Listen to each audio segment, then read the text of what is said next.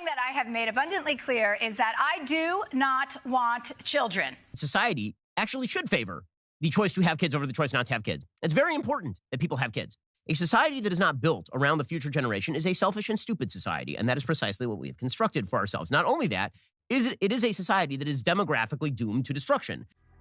I can't help but ask, he is basing this on what? Besides saying that choosing not to have kids equates to selfishness and stupidity, it also disregards all the different factors that influence an individual's decision.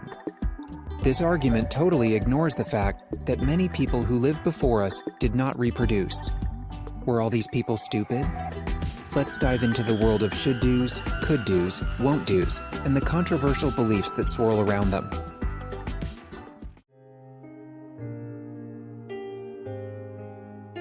From the moment we are born, society bombards us with a stream of norms, rules, and expectations, shaping our beliefs and values from an early age.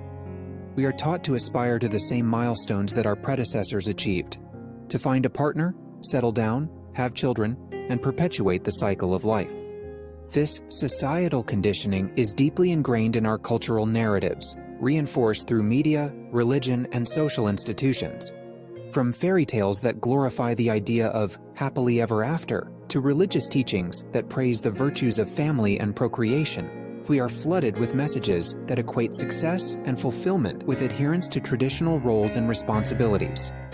Yet, as we navigate the complexities of the modern world, we begin to question the wisdom of blindly following in the footsteps of those who came before us.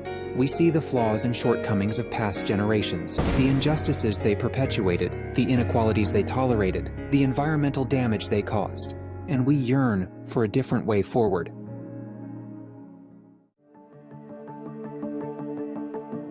Societal norms have a profound impact on us from a very young age. These norms essentially serve as the unwritten rules that shape our behavior and define what's considered normal or acceptable within our culture. They mostly tell us what we're supposed to have, be, and do. It's like having a built-in software in our brains that guides how we interact with others and navigate the world around us. But is it always a wise decision to follow something just because it's considered the norm? Let's explore the notion that one should have children.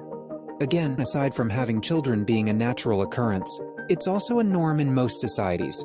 It has been for a long time. Although times are changing, most people generally consider it a step we eventually take during our lives. It's also a norm to do this within the framework of a family. So people across the globe consider finding a partner, getting married, and having children the right course of action.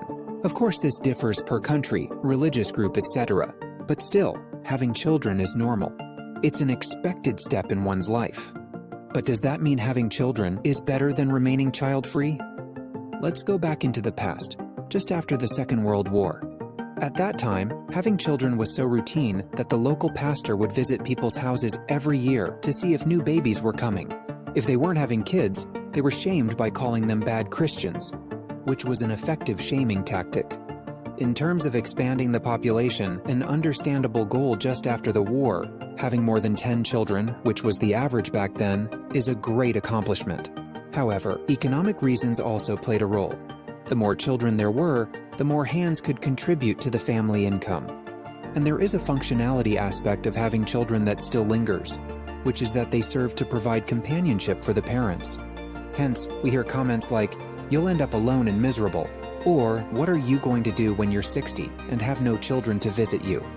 So in many ways, we see the projected benefits of having children. They can take care of us, keep us company, and help to maintain the family. But what about the downsides? People often avoid discussing the suffering that can come with bringing new people into the world. A child didn't ask to be here. He partakes in a contract he never got to sign. Your child may actually live a miserable life, perhaps a life full of addiction and depression as a result of the many bad things happening to him growing up.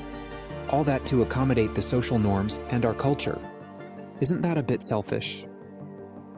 Furthermore, having children doesn't even guarantee the benefits parents imagine. What if you're 60 and you have children, but they hardly ever visit you? In that case, you not only lack the visits of children, just like those who never had them, but you also grieve about the fact you have children, but they never visit you. In a time when our planet groans under the weight of overpopulation and environmental degradation, the choice not to have children might as well be a noble act. By opting out of the cycle of reproduction, we lighten the burden on future generations and pave the way for a more sustainable and equitable world. Moreover, the idea that our worth as individuals depends on our ability to reproduce is a notion as outdated as it is narrow-minded. Our value lies not in our biological functions, but in the kindness we show to others, the contributions we make to society, and the love we share with those around us. In the end, let us make the most of our time here on Earth, honoring our own desires and aspirations while respecting the choices of others. It is not the milestones we achieve or the titles we hold that define us, but the love we give and the legacy of kindness we leave behind. Thanks for watching as always, and don't forget to leave a comment below what you think. I hope to see you guys in the next video.